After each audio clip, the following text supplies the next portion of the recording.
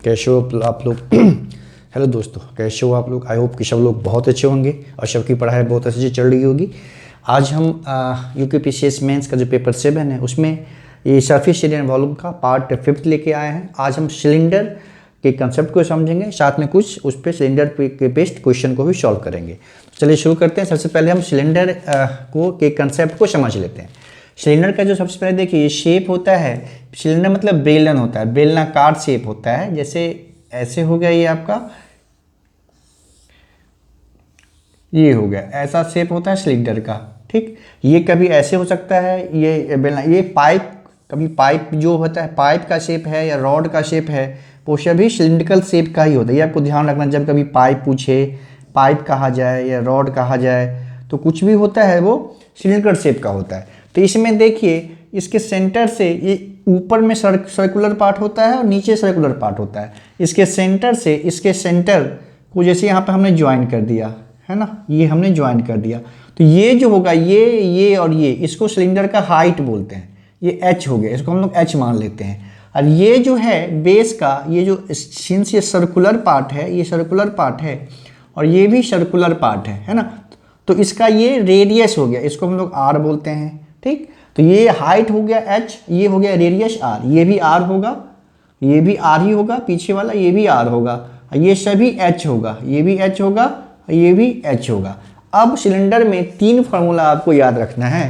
पहले इसका curved surface area है ना, कर्व्ड सरफेस एरिया, CSA बोलते हैं इसको, कर्व्ड सरफेस एरिया। अब याद रखिए, कर्व्ड सरफेस एरिया वो एरिया होता है जब ये दोनों जो कॉर्नर का ऊपर वाला और नीचे वाला सर्कुलर पार्ट है उसको हटा के जो एरिया होता है ना, उसको हम लोग कर्व्ड सरफेस एरिया बोलते हैं। तो ये होता है 2πRh, ये हो गया कर्व सरफेस एरिया 2πRh। वहीं पे जब टोटल सरफेस एरिया फाइंड करेंगे TSA यानी पूर्ण पृष्ठीय क्षेत्रफल, ये हो गया वक्र पृष्ठीय क्षेत्रफल। ठीक है, तो टोटल सरफेस एरिया फाइंड करेंगे तो क्या होगा, 2πRh में, ठीक है, ये दोनों सर्किल, ये सर्किल और ये सर्किल का एरिया ऐड हो जाएगा, तो πr² इसका हुआ, πr² इसका हुआ, तो दोनों मिलके हो गया 2πr²। ठीक, अब यहां पे देखिए 2πr यहां भी है, 2πr यहां भी है, तो इसको कॉमन ले लेते हैं, 2πr, ये हो गया आपका h प्लस r, यहाँ पे h बच गया, इसमें r² था तो एक r हमने बाहर ले लिया, दूसरा हो गया हमारा, इसमें एक r बच गया। ये होता है टोटल सरफेस एरिया यानी पूर्ण पृष्ठीय क्षेत्रफल या संपूर्ण पृष्ठीय क्षेत्रफल। और एक होता है आपका वॉल्यूम यानी आयतन, इसका फॉर्मूला होता है πr² h, है ना, πr²h, ये होता है πr² किसका, वॉल्यूम का। तो आपको सिलेंडर ऐसे भी हो सकता है, ऐसे भी। यहाँ पे क्या है कि ये यहाँ सेम है, बस ये अगर ऐसे लेटा हुआ रहेगा तो रॉड होगा या पाइप होगा, इस तरह से। यहाँ भी ये एरिया हाइट हो गया, ये एरिया हाइट हो गया, ये आर हो गया। कभी कभी आपको ना कुआं के बेस्ड क्वेश्चन आता है, कुआं का जो शेप होता है वो भी सिलिंड्रिकल होता है, तो कुएं में आपको हाइट नहीं दे के वो डेप्थ दे देगा, तो डेप्थ दे देगा, उसको आपको हाइट ही समझना है ना। कुआं चूंकि जमीन के नीचे होता है तो उसको डेप्थ दे देगा, और चूंकि उसका शेप जो है वो सिलिंड्रिकल होता है तो उसमें हाइट इक्वल टू डेप्थ हो जाएगा, तो जो डेप्थ दिया होगा वही नंबर को आपको एज ए हाइट यूज करना है, बाकी फार्मूला उसका सेम होगा। ये तीन फार्मूला को याद रखना है। कर्व्ड सरफेस एरिया यानी वक्र पृष्ठीय क्षेत्रफल 2πRh, टोटल सरफेस एरिया यानी संपूर्ण पृष्ठीय क्षेत्रफल 2πr into h plus r, और इसका आयतन यानी वॉल्यूम जो होगा वो होता है πr²h। इसी तीन फार्मूला को यूज करके हम सिलेंडर पे बेस्ड क्वेश्चन को सॉल्व करते हैं। तो ये थिंक अच्छे से आपको, आई थिंक ये तीनों फार्मूला याद हो गया होगा, है ना। मैंने कंसेप्ट को भी समझा दिया कि सिलेंडर का शेप क्या होता है, इसका बेलन का, और उसमें कैसे फार्मूला को हम लोग फाइंड करते हैं। ठीक है, अब देखिए सबसे पहले जो सबसे आसान क्वेश्चन है लास्ट वाला, उसको लेते हैं, उसके बाद फिर ऊपर से स्टार्ट करेंगे। देखिए ये क्वेश्चन है कि एक बेलन की ऊंचाई 14 मीटर, आधार की त्रिज्या 3 मीटर है ना। तो दिया हुआ है क्वेश्चन में कि एक बेलन का शेप है ऐसे,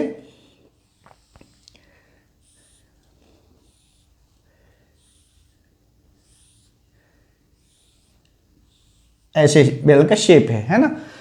ऊंचाई दिया हुआ है 14 मीटर, तो ये जो है एच जो है इसका, एच बराबर हो गया आपका 14 मीटर, एच हो गया 14 मीटर। और आधार की त्रिज्या 3 मीटर, यानी ये जो है ये आर, ये जो आर है ये दिया हुआ है हमारा 3 मीटर, 3 मीटर हमारा आर गिवन है ना। तो हमें फाइंड करना है, तो आयतन ज्ञात कीजिए। तो हमें दिया हुआ है इसमें एच, यानी एच पता चल गया, एच हुआ हम 14 मीटर, ये गिवन है। और ये हमारा रेडियस यानी त्रिज्या पता चल गया 3 मीटर, ये भी गिवन है। तो वॉल्यूम का फॉर्मूला आपको पता है क्या होता है, पाई आर स्क्वायर एच। तो ये पाई तो हो गया 22/7, ये हो गया आर स्क्वायर, तो 3 स्क्वायर यानी 9 हो जाएगा, इंटू एच हो गया आपका 14 है ना। तो 7 2 जा 14 हो गया, तो 22 इंटू 18, इसको मल्टीप्लाई कर लेंगे, 22 22 18, 8 2 जा 16, 8 और 16 117, 22 6 7 2 9 2 1 3 396 वॉल्यूम है। तो ये मीटर क्यूब हो जाएगा। वॉल्यूम का जो यूनिट होता है हमेशा, जो इसका जो यूनिट है उसका क्यूब कर देते हैं, दोनों मीटर में है तो ये मीटर क्यूब हो जाएगा, इसका वॉल्यूम हो गया। सेकेंड पार्ट है क्वेश्चन का, साथ ही बेलन के वक्र पृष्ठ का क्षेत्रफल भी ज्ञात करना है हमें। मतलब वक्र पृष्ठ मतलब कर्व सरफेस एरिया है ना। तो वक्र पृष्ठ का जो क्षेत्रफल हो जाएगा, वक्र पृष्ठ का क्षेत्रफल आपको फॉर्मूला हम पहले डिस्कस कर चुके हैं अभी स्टार्टिंग में ही, वो होता है 2 पाई आर एच। तो 2 इंटू 22/7, आर है कितना 3 है, इंटू हाइट है हमारा 14, ठीक है। तो 7 2 जा 14 हो गया, तो ये हो गया आपका 22 इंटू 3 2 जा 6 2 जा 12, तो 22 इंटू 12, तो इसको भी मल्टीप्लाई कर लेते हैं, ये 22 है ये 12 है, तो ये हो गया 44, ये हो गया 22 4 6 2 264, ये हो गया आपका 264, ये मीटर स्क्वायर हो जाएगा। एरिया हमेशा यूनिट स्क्वायर में होता है, वॉल्यूम हमेशा यूनिट क्यूब में होता है। तो बहुत सिंपल था। आपको अगर इसका हमें कहा जाए कि टोटल सरफेस एरिया फाइंड करने है ना, तो इसको क्या करेंगे हम 2 pi r into h plus r, बस इसमें पुट कर देंगे। वो भी इसमें पुट कर, सारा कुछ पता है हमें, आर भी पता है, एच भी पता है, आर भी पता है, तो इससे हम फिर इसका टोटल सरफेस एरिया भी फाइंड कर सकते हैं। बट क्वेश्चन में हमें सिर्फ कर्व का ही फाइंड करना था। ये 3 फार्मूला आपको अच्छे से याद रखना है। फिर सिलेंडर का पे जो क्वेश्चन होगा, आप इसी तीनों फार्मूला को यूज करके ही आप सिलेंडर के किसी भी क्वेश्चन को सॉल्व कर सकते हैं, ठीक है। और जब उसमें जो 5 नंबर या 8 नंबर में क्वेश्चन आएगा, वो ना 2 शेप को मिक्स करके आएगा, जैसे कि सिलेंडर कोन को मिक्स कर देगा, स्फीयर सिलेंडर को मिक्स कर देगा। तो वैसा भी जब हम लोग सिलेंडर कोन स्फीयर सेपरेटली क्वेश्चन कर लेंगे, तो फिर क्या करेंगे, कंबाइंड शेप पे जो क्वेश्चन आता है 1 या 2 क्लास में, उसको भी करेंगे। उसी तरह का क्वेश्चन, ये जो क्वेश्चन है आपको वो कम मार्क्स में जो आएगा 3 मार्क्स में इसको पूछा जा सकता है, लेकिन अगर 5 मार्क्स या 8 मार्क्स का क्वेश्चन पूछेगा तो जनरली इसमें कंबाइन कर देगा आपको 2 फिगर को। तो उस तरह का क्वेश्चन भी हम सॉल्व करेंगे। अगला देखिए, अगला क्वेश्चन है, ये है आपका एक पाइप है, जिसका पाइप जो है उसकी लंबी है 125 मीटर। जो है पाइप है तो लंबी है, तो पाइप जब लंबाई होगा ना, बेसिकली वही जब खड़ी हो तो हाइट हो जाता है, अगर लेटी हो तो लंबाई हो जाएगा, अगर नीचे हो, जमीन के नीचे खुदा हो तो वो क्या होगा, डेप्थ हो जाएगा। लंबाई हो, ऊंचाई हो या गहराई हो, तीनों एच ही होता है ना, इसको आपको ध्यान रखना है। एक पाइप है 125 मीटर लंबी, उसकी आंतरिक एवं बाह्य त्रिज्याएं क्रमशः 3 सेंटीमीटर और 4 सेंटीमीटर है। आप इसको समझिए कि हॉलो पाइप होता है, पाइप का क्या होता है, बीच में तो खाली होता है ना, तो एक उसका मोटा परत होता है, तो डेफिनेटली एक सेंटर से अंदर वाले परत की जो दूरी होगी उसको बोलेंगे हम लोग इनर रेडियस बोलेंगे, और उसका जो मोटाई होता है जो बाहर वाले का जो टच करेगा उसको हम लोग आउटर रेडियस बोलेंगे। तो वही दिया हुआ कि इनर एंड आउटर का रेडियस जो है 3 सेंटीमीटर एवं 4 सेंटीमीटर है, तो उसका हमें वक्र पृष्ठ का क्षेत्रफल, पाइप है तो सीधा सीधा 2 त्रिज्या है इसमें। अब इसको ऐसे समझिए कि हाँ, ये मान लीजिए एक पाइप है ना, ऐसे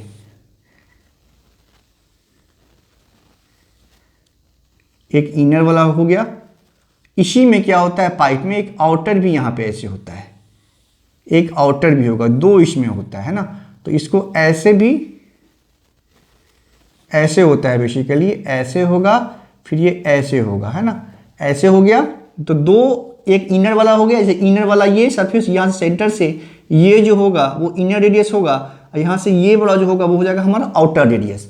ये जो लंबाई है ये पूरा हो जाएगा हमारा 125 सेंटीमीटर, ये एच ही होगा, है ना, एच ही होगा। तो यहाँ पे जो आंतरिक त्रिज्या, माना कि हम मान लेंगे इसमें, माना कि आंतरिक त्रिज्या, इनर रेडियस जो है, आंतरिक त्रिज्या जो है वो R1 है ना, वो हम इसको R1 मान लेंगे। ये दिया हुआ है हमें 3 सेंटीमीटर, है ना। फिर ये बाह्य त्रिज्या, बाह्य त्रिज्या ये R2 हो जाएगा, ये दिया हुआ हमारा 4 सेंटीमीटर। और लंबाई जो है, लंबाई इसी वही h होगा, हाइट लेंथ डेप्थ सब एक ही होता है। h दिया हुआ हमें 125 सेंटीमीटर है, हाँ ये सेंटीमीटर, ये मीटर नहीं है, सेंटीमीटर, तीनों यूनिट सेम होना चाहिए, ये सेंटीमीटर है ना। तो अब हमें इसका वक्र पृष्ठ ज्ञात करना। यहाँ पे देखिए दो वक्र पृष्ठ निकलेगा, तो दोनों के अलग अलग वक्र पृष्ठ को फाइंड करके आप उसको ऐड कर दीजिए।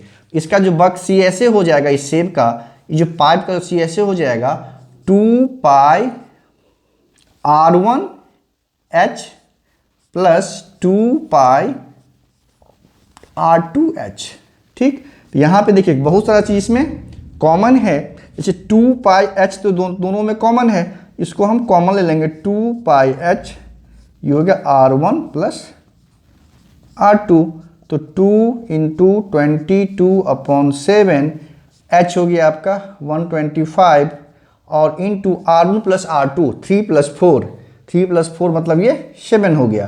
तो 7 7 यहाँ पे कैंसिल हो जाएगा, इसको मल्टीप्लाई कर देंगे तो ये 250 इंटू 22, तो 225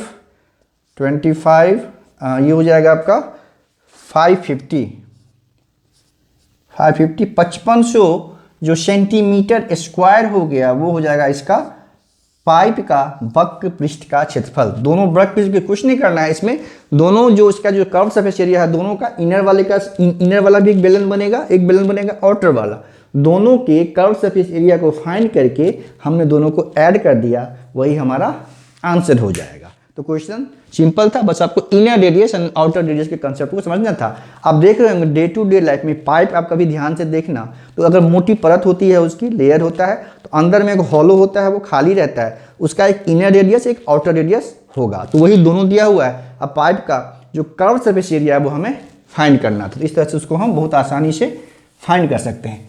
अगला क्वेश्चन है कि दो लंबवृत्तीय बेलनों के आयतन समान हैं, आयतन समान है, यदि उसकी ऊंचाई 1:2 के अनुपात में है तो इनके अर्धव्यासों का अनुपात ज्ञात कीजिए, है ना। अर्धव्यास मतलब, अब यहाँ पर ध्यान दीजिए, अर्धव्यास मतलब रेडियस को ही अर्धव्यास बोलते हैं। अर्धव्यास मतलब व्यास का आधा मतलब त्रिज्या, ये त्रिज्या की बात ही कर रहा है। तो दो बेलन है, उसमें दोनों का जो आयतन है यानी वॉल्यूम है वो इक्वल गिवन है, ठीक है। अब हमें दिया हुआ है कि एक बेलन का और दूसरे बेलन का जो ऊंचाई है, पहले बेलन दूसरे बेलन की जो ऊंचाई है पहले बेलन की ऊंचाई के 2 गुना है, तो उसका जो रेडियस होगा, रेडियस का क्या रेशियो होगा, ये हमें पता करना है, ठीक है। तो माना, मोहित सपोज कर लेंगे कि ये डिस्क्रिप्टिव टाइप का क्वेश्चन है, माना कि पहले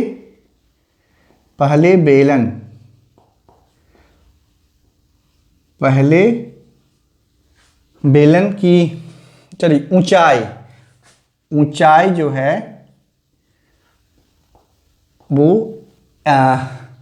x मीटर है ना, x मीटर है। तो इससे क्या हो जाएगा, दूसरे बेलन की ऊंचाई ऑटोमेटिकली रेशियो गिवन है हमें, वो 2x हो जाएगा, 1:2 होगा, दूसरे बेलन की ऊंचाई क्या हो जाएगा 2x मीटर हो जाएगा, दूसरे बेलन की ऊंचाई हो जाएगा 2x मीटर, ठीक। अब दिया हुआ है हमें, जो मान लेते हैं पहले बेलन का ऊंचाई हो गया ये, अब पहले बेलन की जो त्रिज्या हो गई, त्रिज्या उसको भी हम मान लेते हैं, वो हो गया हमारा R1, और दूसरे बेलन की त्रिज्या हो गई, ये हो गया आपका R2। ये सब सपोज करना पड़ेगा, है ना। अब पहले वॉल्यूम, इसका जो वॉल्यूम हो गया, आयतन, पहले वाले का आयतन हो गया, इसको मान लेते हैं V1, और दूसरे वाले का जो आयतन हो गया ये हो जाएगा V2। ऐसे सब कुछ हमें लिखना पड़ेगा प्रॉपरली, है ना। V2 हो गया। अब देखिए क्वेश्चन में ये गिवन है कि दोनों जो बेलन है उसका वॉल्यूम इक्वल है, मतलब अकॉर्डिंग टू क्वेश्चन, प्रश्नानुसार जो है वो दोनों बेलन का जो आयतन है वो हमें गिवन है कि वो इक्वल है। इसका मतलब V1 इक्वल टू V2। तो यहाँ पे फॉर्मूला क्या होगा, आयतन का फॉर्मूला क्या होता है, बेलन का पाई R स्क्वायर H। तो पाई, पहले वाले का रेडियस R1 माना हमने, R1। अब पहले वाले का जो ऊंचाई है वो X है, तो पाई ये R स्क्वायर होता है, पाई R स्क्वायर H, तो ये X हो गया। और दूसरे वाले का होगा पाई R2 स्क्वायर गुने 2x। क्लियर, ये हो गया, क्योंकि उसका R2H दूसरे वाला का जो ऊंचाई है वो 2x में है, हो जाएगा, डबल दिया हुआ है रेशियो। ये तो यानी कि पाई, ये पाई कैंसिल हो गया, ठीक। अब हमें दोनों बेलन का जो रेडियस है, अर्धव्यास है, उसका रेशियो क्या होगा वो हमें पता करना है, ठीक। ऐसे कितना सिंपल हो गया, हमें R1 अपन R2 पता करना है। तो यहाँ से देखिए R1 स्क्वायर अपन ये R2 स्क्वायर जो इस तरफ आ जाएगा, ये हो जाएगा R2 स्क्वायर, यहाँ पे ये हो जाएगा हमारा 2x अपॉन x, यहाँ पे x कैंसिल हो गया, ठीक। अब चूंकि ये स्क्वायर है तो R1 अपॉन R2 ये क्या हो जाएगा, 2/1 का स्क्वायर रूट हो जाएगा सिंपली। ये हो तो क्या होगा, √2 का स्क्वायर रूट, √2, ये 1 होगा। तो R1 अपॉन R2 का जो रेशियो हो जाएगा यहाँ पे R1:R2 इक्वल टू हो जाएगा √2:1, है ना। यही हमारा आंसर हो जाएगा। वो आसान था, बस आपको कुछ चीज़ को सपोज करना था, दोनों वॉल्यूम इक्वल है, उसको यूज करके हमें दोनों रेडियस का जो रेशियो है बहुत आसानी से हम लोग फाइंड इसको कर सकते थे, और हमने कर लिया। तो इसको ध्यान से समझना, बस फॉर्मूला अच्छे से याद है आपको, कंसेप्ट क्लियर है, तो बेलन पे जो सिंपल क्वेश्चन होगा उसको सॉल्व करने में कोई प्रॉब्लम कभी भी नहीं होगी। अब ये लास्ट क्वेश्चन है, ये हम कर ही चुके। ये देखिए क्वेश्चन है कि एक कुएं का व्यास 8 मीटर और गहराई 7 मीटर है। तो कुआं है अगर तो गहराई होगा, तो गहराई मतलब वो ऊंचाई ही है, इसको ध्यान रखना है। गहराई 7 मीटर है।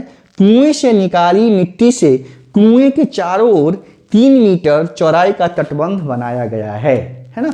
तो हमें वो तटबंध जो बनाया गया है उसकी ऊंचाई क्या होगी वो हमें पता करना। उसको क्वेश्चन को समझिए, ये मतलब समझिए कि ये इस तरह का कुआं है, कंसेप्ट समझिए, क्वेश्चन बहुत आसानी से सॉल्व हो जाएगा, है ना। कुआं का शेप क्या होता है, बेलनाकार यानी सिलिंड्रिकल, है ना। ये कुआं है, ठीक, ये कुआं है, यही शेप होता है कुएं का। तो ये जो हाइट है कुएं का व्यास दिया हुआ 8 मीटर। व्यास मतलब ये जो पूरा है वो व्यास होता है ना। ये दिया हुआ है हमें डी, इसको बोलते हैं डायमीटर, दिया हुआ है 8 मीटर। इसका जो हाइट दिया हुआ है कुएं का, जो डेप्थ है वो गिवन है हमें 7 मीटर, है ना। ये गिवन है 7 मीटर। तो जब डायमीटर गिवन है 8 मीटर, इसका रेडियस कितना हो जाएगा 8/2, तो 4 मीटर जो है इसका रेडियस हो जाएगा, है ना। अब ये देखिए, तो ये जो कुआं जो खोदा गया ना, उससे जो मिट्टी निकला, है ना। कुआं जो ही खोदेंगे हम तो उससे मिट्टी, इस शेप का, इस साइज का एक कुआं खोदा गया, तो जब खोदेंगे तो बहुत सारा मिट्टी इसमें से निकलेगा। तो उस मिट्टी को क्या किया गया है, इसके चारों तरफ जो यहाँ जो है ऊपर में जो टॉप है कुएं का, इसके चारों तरफ ऐसे फैलाया गया है मिट्टी को, इसको टॉप के चारों तरफ। ये जो है 3 मीटर है, ये दिया हुआ है क्या, कुएं के चारों ओर 3 मीटर। तो ये जो 3 मीटर है ऐसे, ये जो है मतलब कुएं के 3 मीटर चारों तरफ ऐसे करके फैलाया गया है मिट्टी को, है ना। तो इस मिट्टी को जो कुएं से निकाल कर सारे मिट्टी को इसके चारों तरफ फैलाया गया है। कितने एरिया में, तो 3 मीटर रेंज में चारों तरफ फैलाया गया है। तो डेफिनेटली जब मिट्टी को फैलाएंगे तो कुछ ऊंचाई हो जाएगा, मिट्टी जब डालते जाएंगे तो मिट्टी कुछ ऊंचाई तक खड़ी हो जाएगी, है ना, कुछ उसका मोटाई हो जाएगा वहाँ पे। तो वही मोटाई जो है वही हमें फाइंड करना है। तटबंध बनाया गया, ये तटबंध है मान लीजिए चारों तरफ, तो तटबंध का जो ऊंचाई है वो हमें फाइंड करना है ना। तो यहाँ पे मान लेंगे हम तटबंध का ये हाइट हो जाएगा, ये वाला जो एरिया हो जाएगा, तटबंध का ऊंचाई कितना होगा ये हमें फाइंड करना है ना। तो माना कि तटबंध की ऊंचाई, ये हमें सपोज करना पड़ेगा, कुछ मान लेते हैं, ये हो गया, मान लेते हैं हम h मीटर, कैपिटल H मान लेते हैं इसको, h मीटर हो गया, ठीक। अब देखिए थोड़ा सा आराम से समझिए इसको, है ना। अब जो है ये जो एरिया है पाई, इसी के ये सर्कुलर एरिया के ही चारों तरफ फैलाना है, पूरा कुआं के अंदर तो मिट्टी को नहीं फैला रहे हैं, जो ऊपर में सर्कुलर एरिया है उसी को हम मिट्टी फैला रहे हैं। तो जो मिट्टी निकालेंगे कुआं से, हम कितना मिट्टी निकालेंगे, तो कुएं से हम उतना ही मिट्टी निकालेंगे जितना कुएं का वॉल्यूम होगा, है ना, जितना कुआं का वॉल्यूम होगा कुएं से हम उतना ही मिट्टी निकालेंगे ना, है ना।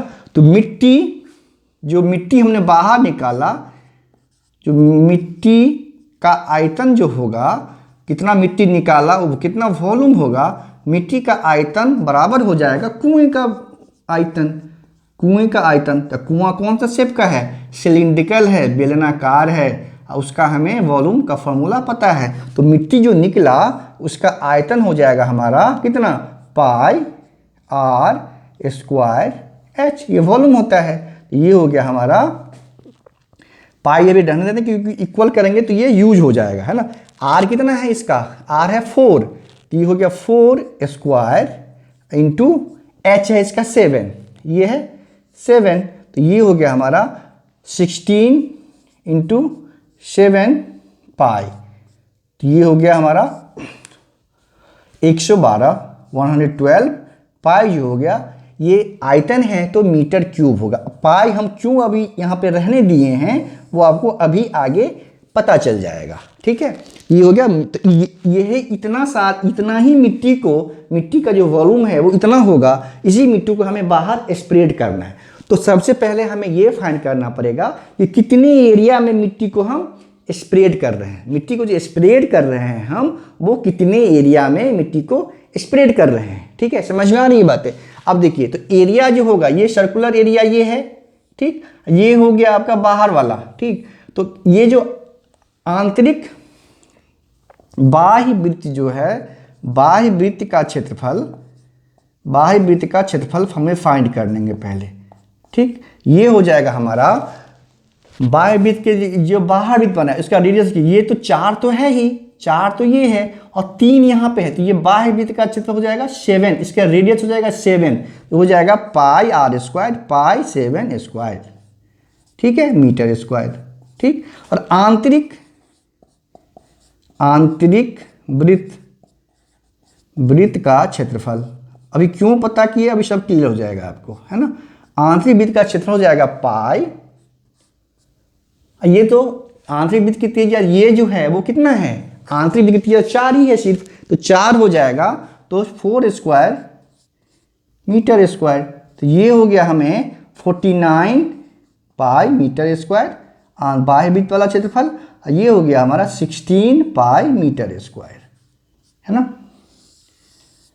अब देखिए, अब जो हमें इस टोटल एरिया में से इस एरिया को माइनस कर देंगे, तो हमें वो एरिया निकलेगा जिसमें मिट्टी हमें स्प्रेड करना है, मिट्टी क्या करना है, हमें स्प्रेड करना है, ठीक। तो उस क्षेत्रफल का, उस एरिया का, उस क्षेत्र का क्षेत्रफल जिसमें हमें मिट्टी को स्प्रेड करना, फैलाना है ना, वो क्या हो जाएगा, उस क्षेत्र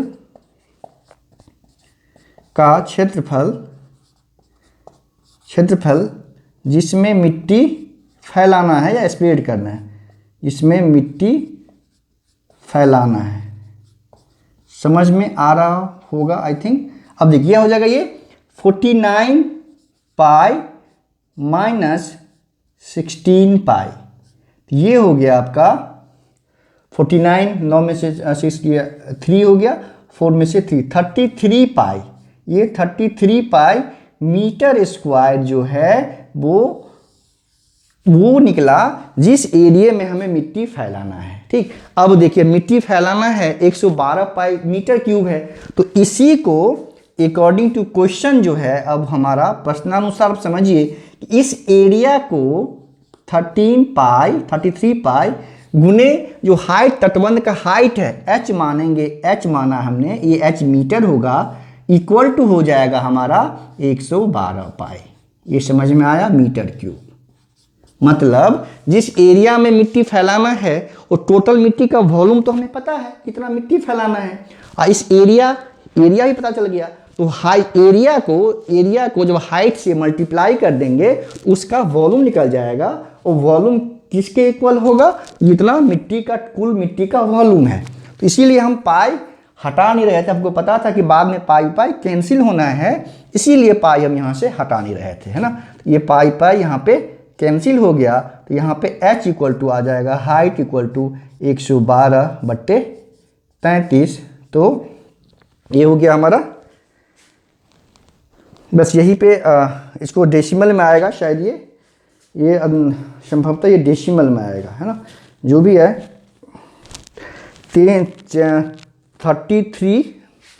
3 पॉइंट कितना आएगा 33 से अगर हम 112 को डिवाइड करें तो 3 जा हो गया, ये 99 हो गया, ये 13 हो गया, ये 0 हो गया, तो 113 हो गया, 13 4 जा 13 3 जा, तो 13 3 जा 34 आएगा करीब, है ना, 3.34 के आसपास जो आएगा ये हमारा इसका मीटर हाइट आएगा। एग्जैक्टली जो डिवाइड करके डाटा हो आप चेक कर लीजिएगा, 112/33 को जो डिवाइड करके जो आंसर आएगा वही ये हाइट हो जाएगा। ये हाइट चारों तरफ जो फैलाए हैं उसका जो हाइट क्या होगा मिट्टी का, वो हमें इस तरह से पता चल गया। बहुत आसान था, थोड़ा सा कॉम्प्लिकेशन था इसमें। इसी तरह का क्वेश्चन पूछा जाएगा तो इसको 5 मार्क्स में पूछा जाएगा, है ना। ये क्वेश्चन 5 मार्क्स का आ सकता है ना। तो बेलन पे कंसेप्ट पे बेस को क्वेश्चन पूछेगा तो बहुत आसानी से सॉल्व कर सकते हैं, और इसी तरह से क्वेश्चन पूछा जा सकता है। तो आज बेलन फिनिश होता है, जल्दी फिर हम कोन करेंगे, फिर स्फेयर करेंगे, उसके बाद कुछ जो कंबाइंड शेप पे जो क्वेश्चन आता है, जैसे आपने टेंट है, कोनिकल टेंट है, या एक क्यूबॉइड से कोई बेलन बनाया गया है, शंकु बनाया गया है, वो लोग कंबाइंड शेप पे, ज्वाइंट शेप पे भी क्वेश्चन बनता है इसमें मेंसुरेशन में। तो 1-2 क्लास उसका भी लेंगे, और जल्दी से जो सरफेस एरिया वॉल्यूम को फिनिश करके फिर हम लोग स्टैटिस्टिक्स करेंगे कि स्टैटिस्टिक्स से कभी कभी किसी साल तो 2-2 क्वेश्चन पूछा गया, एक 8 नंबर में पूछा गया है और 3 नंबर में पूछा गया है। तो फिर स्टैट को भी अच्छे से करेंगे। उसके बाद जैसे जैसे आप लोग का जो डिमांड होगा कि किस सेक्शन में प्रॉब्लम है उसको हम लोग करेंगे, और कोशिश करेंगे कि 15 फरवरी तक सारे सिलेबस को अच्छे से फिनिश कर लें। धन्यवाद।